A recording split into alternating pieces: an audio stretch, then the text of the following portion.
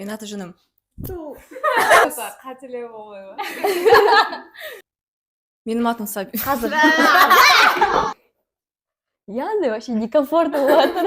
7-ші класста мені командаға алмаған соң мен қалып қойдым. Қалтамда туш бар. Табай олардың беттерін, аяқтарын сызып кетеміз. Иә, жалпы біз мен өзім 10 қалағам. Потом без претензий деп ойлаймын. Ойлап қалдым, типа андай бір масондар ма деп үшпірсқа. Басқа нәрсені үйрендім волейболдан деген. Дисциплина. Дисциплина, иә, тәртіп. Сен қарап отырсың ба? Көріп тұр ғой. Бір тұрған баламен. Бірге Біз жата кіргенде, ана пароктан переступить еткенде, донерді түсіріп алады ғой жерге. Плавный переход болса, типа, я қош, сау болыңыздар. Пока. Пока.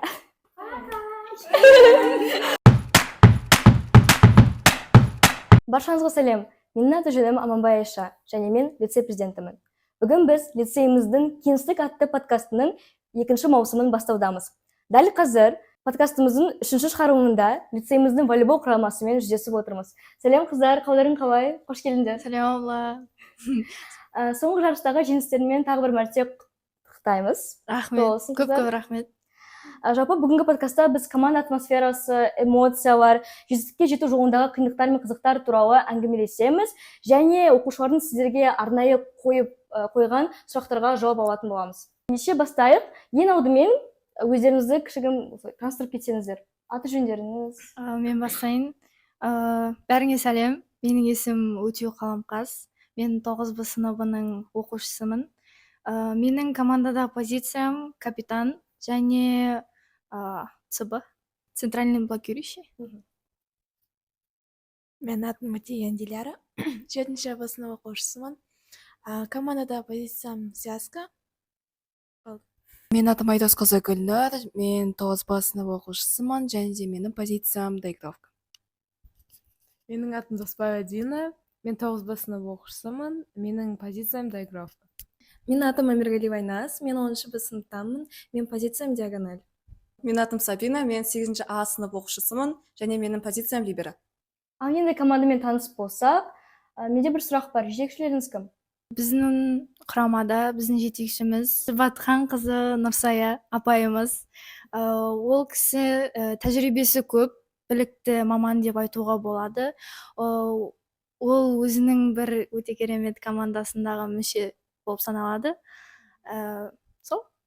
Жақсы, күшті. Енді негізгі сұрақтарға көшсек, иә. Жалпы сіздер волейбол спортымен айналысасыздар. Волейболға деген қызығушылықтарыңыз қай жастан басталды? Яғни, осы лицейге дейін сіздер жай ғана хобби болды ма, әлде белгілі бір жаттығуға, үйірмелерге қатыстыңыздар ма? Қалай болды? Мен кішкентайымнан 2 ағам үйретті. Басында хобби болып жүрді. Потом 5-ші класстан бастап жаттығуға барып қатыстым. Әлі күнге қатысам. Әлі күнге дейін. Мен негізі волейболмен айналысуды 5-ші және 6-ші сыныптарда бастағанмын. Бұл негізі спонтанный зат болған. Себебі мен бір рет мектепте спортзалға кіріп кеттім, одан кейін шықпадым. Негізі мен ондай қатты бір командалардан тұратын тренировкаларға бармадым. Жай ғана өзім үшін хобби болды. Self-study дегендей. Өзім үйде жаттығып, дисциплина деген сияқты. Негізінде мен волейболды мектеп кезінен бастағанмын. Басында ол жай ғана хобби ретінде ойнайтынмын. Бірақ әрі қарай тұрақты түрде тренировкаға қатысып, кейін бұл менің өмірімнің бір бөлігі болып саналады. Мен өзім 3-ші сыныптан бері волейбол ойнаймын. Яғни менің апам 5-ші сыныпта барды волейболға, мен оның қасына кетіп қалдым. Содан кейін осы продолжаю деп айтуға болады. Сосын 7-ші класста мені командаға алмаған соң мен қалып қойдым. Содан кейін 8-ші класста өтіп, 8-ші класста өтіп, сол респаға барып келдім.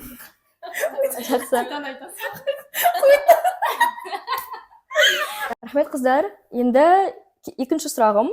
Лицейіміз бұған дейін волейбол жарысына ешқашан жүзе алмаған еді. Сіздер волейбол жарысы бойынша лицей тарихында алғаш рет жүлде алдыңыздар, иә, 3-ші орын. Сол сәтте қандай сезімде болдыңыздар? Сәл клише сұрақ шығар, бірақ сұрауым керек болды.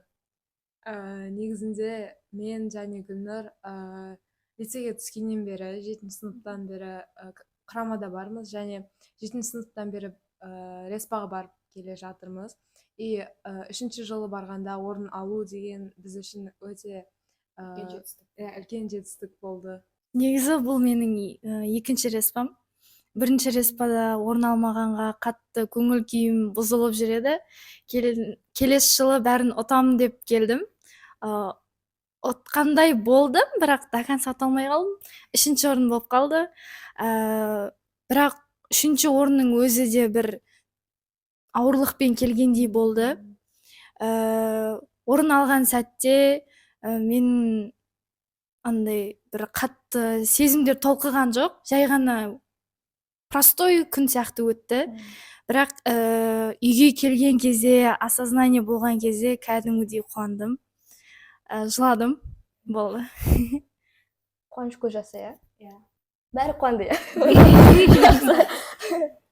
До конца жеңе алмадық деген сезім айттың, иә? Сондай. Сол матч кезінде есте сақталған, сіздердің естеріңізде қалған ең қызықты, ең тартысты дейік, және ең қиын ойын қайсысы болды? Мүмкін қай қыздар лицейімен? Ақтөбе, иә? Ең қиын. Ең қиыны Ақтөбе болды. Себебі ол составтағы қыздардың күші кәдімгідей. Біз 7 болғаннан бері қатысып келе жатқан қыздар еді. Біз оларды танимыз сырттай. Және біз 7-ші сыныпта барғанда респаға оларға қарсы ойнап ұтылып қалған болатынбыз. 2 жылдан кейін реванш алу өте күшті болды. Күшті. Ең қызықты тартысты ойын сол Ақтөбемен өтті ме?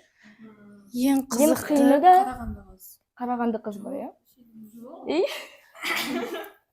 Ең қызықты, ең тартысты және ең қиыны да Ақтөбе қыздар лицейімен өткен матч, иә? Жақсы, күшті. Негізі әр оқушы, мысалы олимпиада болсын, жарыс болсын, соның алдында өте қатты қобалжиды деп уайымдайды, иә? Нәтижеге байланысты процесс қалай өтеді дегендей. Сіздер спортшы ретінде осы жарыс кезінде қобалжуды қалай жеңесіздер? Белгілі бір тәсіл бар ма мүмкін? Мен сол жиналмай қалдым. Түсінген бойынша осы абылардан сұрағам, маңырашта отырып не істеймін, қалай ойнасам болады? Просто подача келеді, оп-оңай подача, кетеді далаға. Солай примерно 5 подачаның бәрін өткізсем, еще өзім. Енді капец андай стресс қойшы, абылар саған былай қарап кетеді. Ей, ойнашайшы деген сияқты. Сосын солай қорқып, сол тайм-аутта отырдым. Содан кейін өзімді жинап, маған сен отыр ғой, нормально ойнайын деп. Сосын солай абылардың айтатын поддержкаларымен тоже жинап кеттім. Мен респа бірінші рет барғандықтан мен қатты қобалжу болды.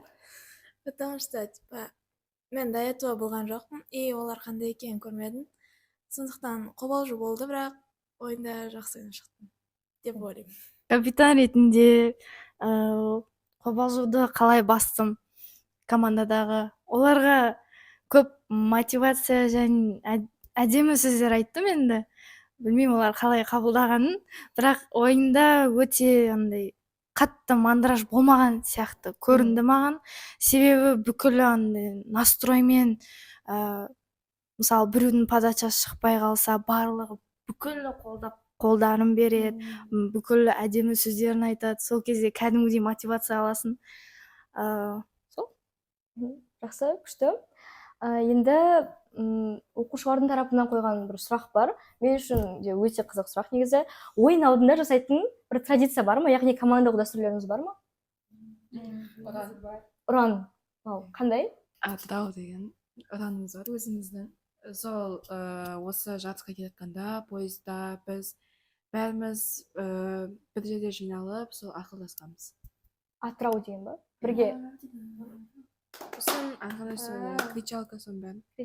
Біз бір күн бұрын, то есть жарысқа дейін бір күн бұрын, бір одаға жиналып ақылдасамыз, типа примерно не болады ойын, біз жеребьевканы күтеміз, сосын результат шыққаннан кейін бірге отырып, примерно мынау қалай ойнайды, осылай тактиканы дұрыстап солай сөйлесеміз.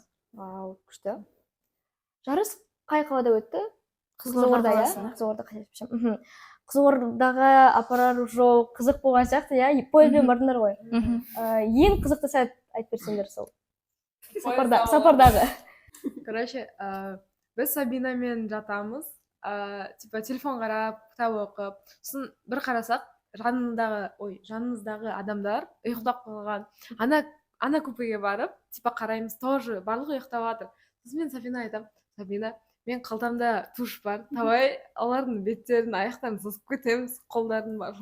Давайте дейді. Короче, потом біз барамыз, сызамыз. Біз оларға монобровь, бір какой-то фигура, усы, сондай салып кетеміз. Біз салып боламыз. Кәусар, тағы бір құрамындағы адам, ол оянып кетеді. Сосын не істеп жатсыңдар дейді. Біз айтамыз, келдік, сендер де ұйықтап жатыр ма, жоқ па деп қарауға. Сосын барлығын сызып шықтық, сосын қайтып келдік. Сосын мен Сабина айтам, Сабина, давай, короче, чтобы подозрение не было, өзімізге де салып қояйық дейміз да, біріміз. Келесі күні енді тұрдық қой бәріміз. Сосын уже түсін отырық та, бәрі келеді, бір-бірден. Бетімізді сызып тастады, екіншісі келеді, бетімізді сызып тастады дейді. Содан кейін біз өзіміз плацкартта жаттық, және біздің жетекші әпкеміз де болды, Айгерім абла. Солар Нұрсай апа екеуі басқа жақта жатқан, көпе жақта. Сол көпе жаққа барып, сол жетекшілерімізбен амандасуға барғанда, олар мені қоржап алды. Абла кетіп қалды, Дина абла кетіп қалады. Абла бүкіл қоржап алады да мені, сосын тез бастайды. Ина, кім не істеген екенсіз, қалай екенсіз, сосын біліп қойды мен екенсің. Ұрыртсын. Спалилась. Мен таңертең тұрсам, қолымды жууға барам, беті қолымда. Қарасам, маңдайымда ромбик тұр. Ойлап қалдым, типа андай бір масондар ма деп үш-пұшқа, сосын шошып. Нарының көпелеріне барам, есікті ашам. Есікті одеялын ашам. Сосын бетім сызып кетті деймін, анау еще түрі бермей отыр. Я, біздікін де сызып кетті деп. Сосын купедегі қыздарды оятуға барсам, аяқтарының бәрі қап-қара шимай болып отыр. Жақсы, мен онда капитанға жеке сұрақ қойсам, қауым-қасқа, иә? Командадың бір ең басты ұстанымы бар ма? Қандай болса? Ұстаным бір принцип.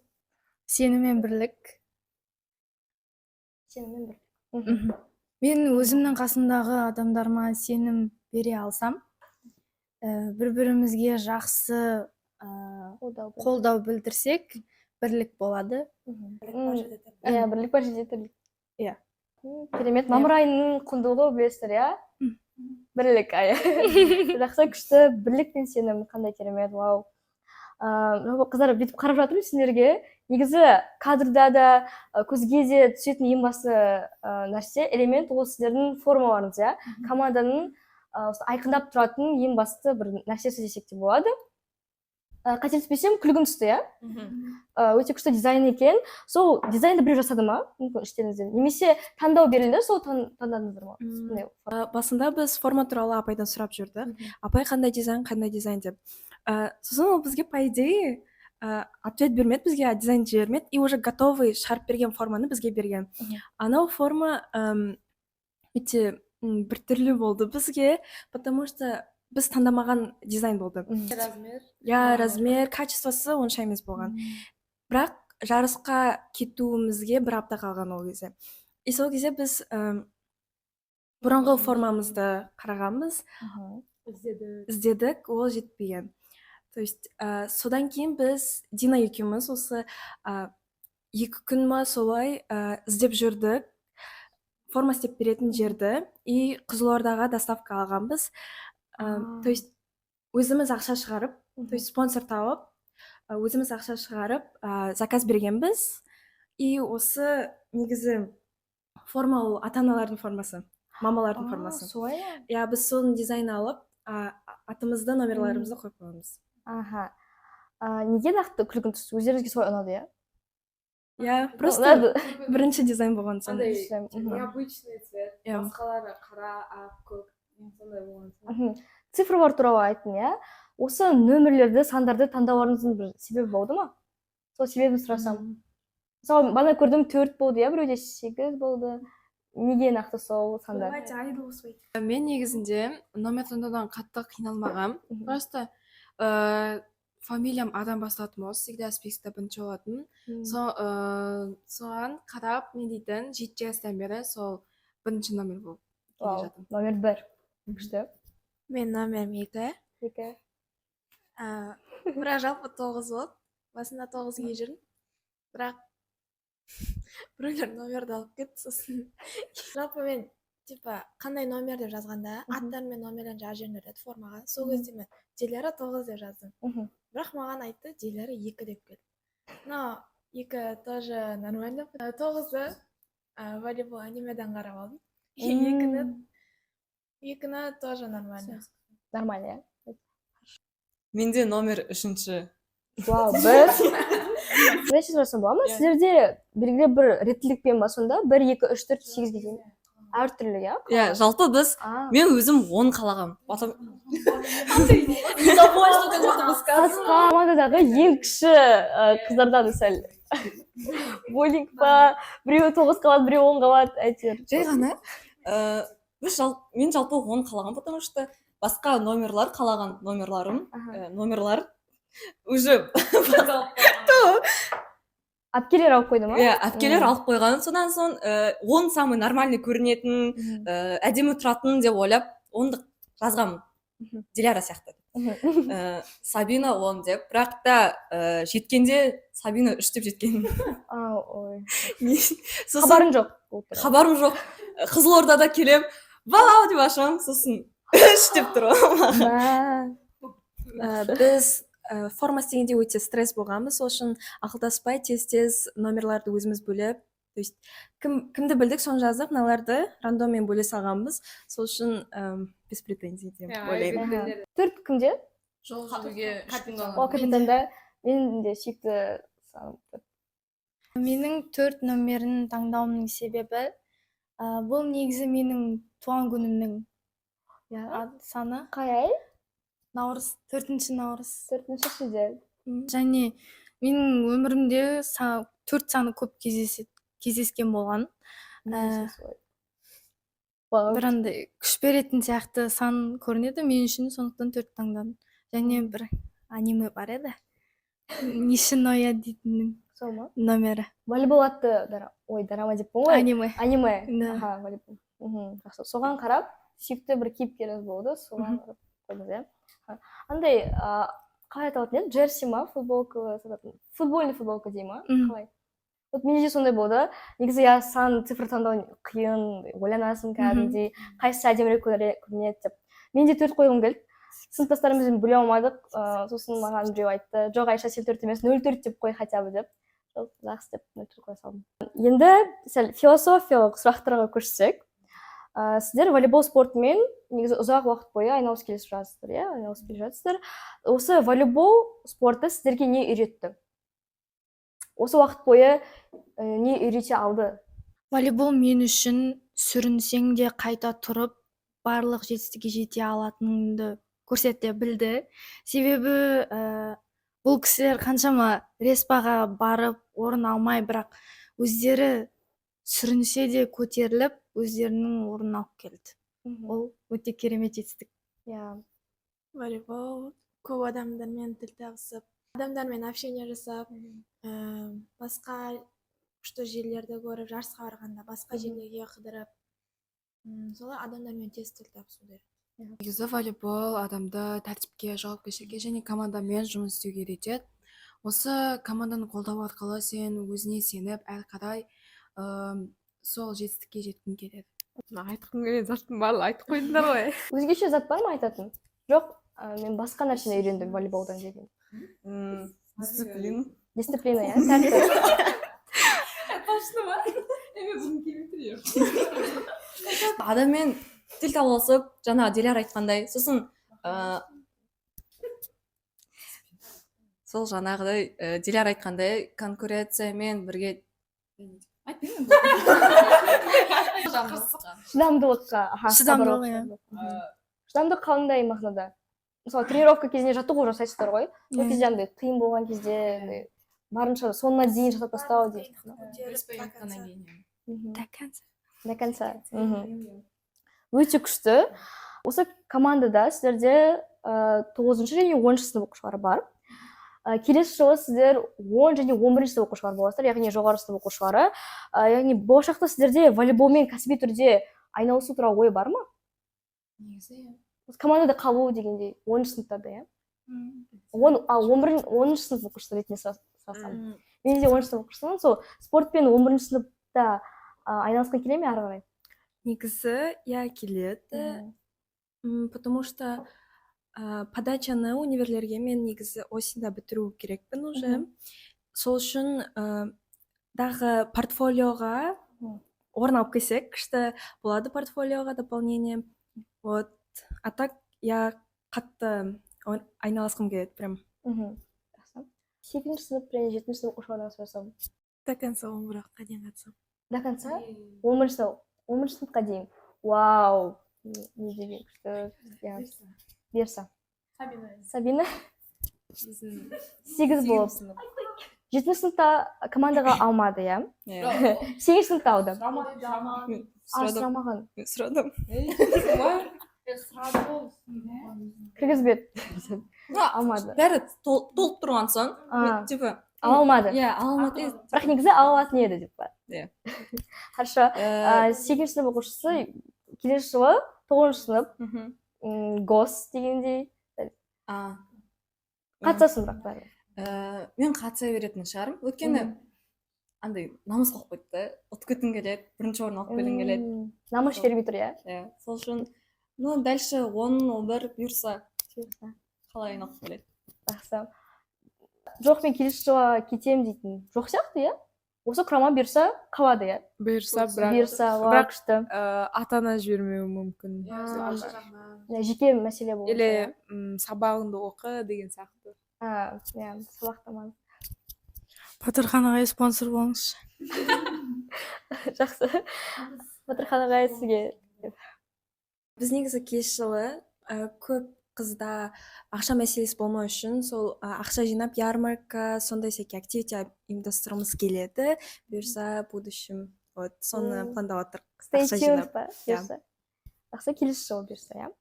Түсінгенім бойынша, алдағы 1-2 жылда осы құрама әлі соңына дейін қалады. Өте күшті, өте қуаныштымын.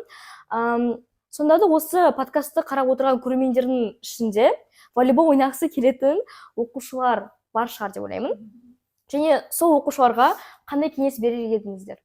Әпкелері ретінде, мүмкін қатарластары ретінде. Өздеріне сеніп Сеніп до конца ойнайды, иә? До конца берілмей ойнауға. Үйірмеге қатысу міндетті деп ойлайсыңдар ма? Осы лицейіміздің волейбол құрамасына ресми кіру үшін. жоқ. Негізі ең басынан өзін көрсетсең, қабылдауға болады. Көрсетсең, мысалы, қай жерде? Дене шынықтыру сабағында ма? Дене шынықтыру сабағында. Апайдың көзіне түсіп, иә? Апайдың көзіне түсіп. Мысалы, Дилараны солай алды. Шынымен де, иә? Сабақ кезінде. Күшті. Кәдімгідей ең бірінші сабақта бірінші қыркүйек күні. Екінші сентябрь. бірінші сағат. Әйтеуір осы оқу жылының ең алғаш дене сабағында апайдың көзіне түсіп сені алды, иә, сонда? Вау, күшті. Сол кезде апайма айтты, баяғыдан қатысасың ба волейболға деді. Сосын я қатысам дедім. Сосын, наверное, сені алады шығармыз волейболға деді. Сосын группаға қосты, солай қатысып кеттім. Вау. Біздің мысалы Дина екеумізді негізінен волейбол жарысы болып тұрды, мектепшілік. Сол кезде біз класс болып шыққанда біз екеуміз сол 10 класстағы апалардың көзіне түскенбіз. Сөйтіп бір күні өздері келіп бізді сол командаға қосылып шақырды. Нақты кім әпке? Айыр обла. Айыр әпке. Сәлем жолдасаңыздар болады. Сәлем әпке. Ұсыныстар, егер құрамаға кіргілеріңіз келсе, онда осыны жасасаңыздар деген сияқты. Пысық болыңдар, яғни кірің келсе, артынан қалмай жүре бер. Жетіде қалмай жүре бер, сегізде қалмай. Артынан қалмай. Нұрсай апайдың ба? Яғни тренер или абла жаңа көзіне көрініп түскен адамдардан бөлек, типа, мен күшім жетеді, мен қатысым келеді деген адамдарға сол артынан қалмай жүгіріп, мен де қосыңызшы деп, солай команда кіріп, яғни бізде отбор алғанда обязательно стабильная подача деген заттар болу керек та. Өйткені жоқ, қайтадан үйретеміз, иә, но все же желательно стабильная подача, прием, анау мынау. түсінгенім бойынша қайсар рухты болу керек, иә. Өз дегеннен қайтпай, сол кісінің артынан қалмай жүру, иә, барынша. Егер желание болса, басты қалау болса, онда сол қалауды соңына дейін жеткізу. Сөз иесін табады демекші, осы кеңестерді жақсылап тыңдап алып, мүмкін бір ой түйіп аларсыздар, иә, құрметті көрермендер. Жалпы дайындап келген сұрақтарымыз осымен бітті. Енді кішігірім блиц ойын ойнап көрсек командамен бірге, иә. Қазір мен сіздерге кішігірім ережелерді түсіндіретін боламын. Мен дәл қазір командадағы ең және белгілі бір сөз айтамын.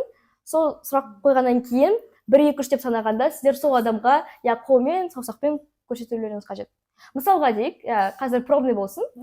Командадағы ең көңілді ойыншы. 1, 2, 3.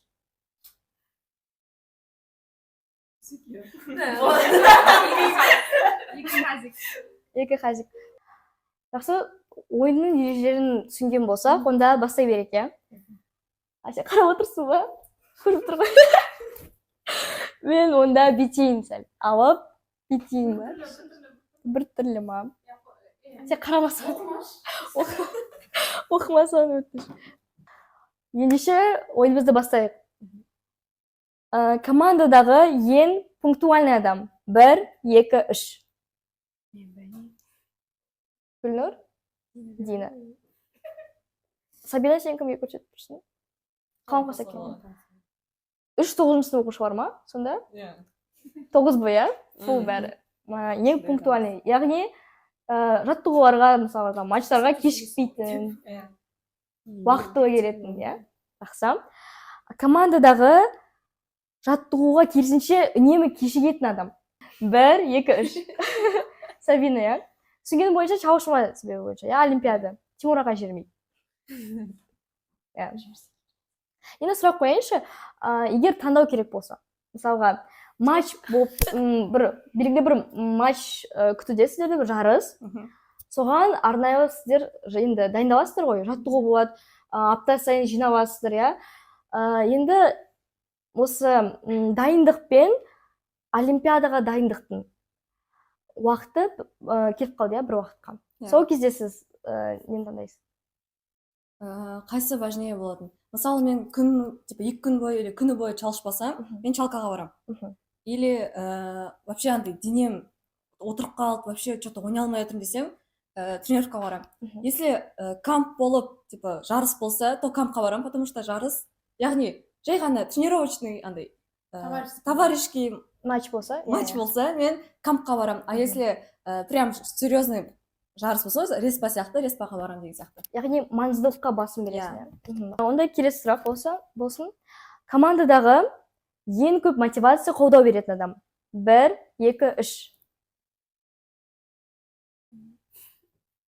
Жоғары сынып оқушы бар, иә? 9-10. Жақсы. Қалай мотивация береді? Мысалға қандай сөздер айтады? 7-8-ден сұрайын, иә? Үлкен сынып оқушылар, яғни әпкелерін қандай естеріне сақтап қалған сөз айтты, мотивация беретін. Осы сөзден кейін кәдімгі жігерленіп, мотивация алдым деген сөз болды ма? Ойнай алмайсың, или там подача сеттаға или дұрыс көтермейсің. И тогда келеді да, давай, Динара, ойна. Соның өзі көмектеседі, иә, саған мотивация береді. Давай, Динара, ойна. Мен көп айтатын сөзім мына кісіге. Сабинаға, иә? Біреу кетті, ештеңе етпес, все нормально, қайттан аласың, алмай атсаң до конца. Маған тоже айтым солай. Алмай атсаң, удобно. Шықпай атса келесіде шығады, ойымдама. Вау, күшті. Кәдімгідей нағыз капитанның негізі сөздер көрініп тұр, иә? Вау, күшті. Келесі сұрақ. Командадағы ең эмоционалды ойыншы. 1, 2, 3. Гүлнұр.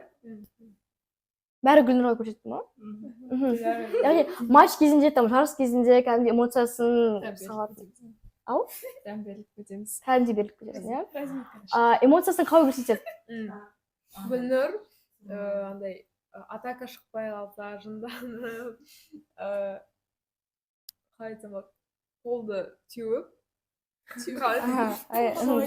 Иә. ашуын шығарады солай Иә. иә Мгм. А Диляра мысалы күшті скидка тастаса, то есть андай обманка жасаса доспен секіріп қуанып жүреді шыңғырып.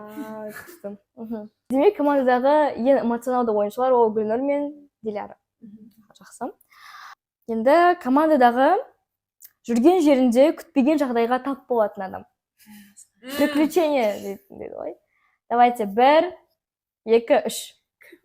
Сабина. Маяқты жоқ. Сабина және онда? Ағзер сияқты. Ағзер. Неге ағзер деп ойлайсың? себебі ол өте ашық адам. Ол бүкіл жерде бүкіл адамдармен сөйлесіп кете береді. Және сол сөйлескен кесірінен көп Күтпеген жағдайға тап болады, Иә. иә? Жақсы. көп дегенде нормально проблемаларға тап болады. енді. Аха. Бір тұрған баламен андай дәу емес, кішкентай күдік баламен Жоқ, нормально.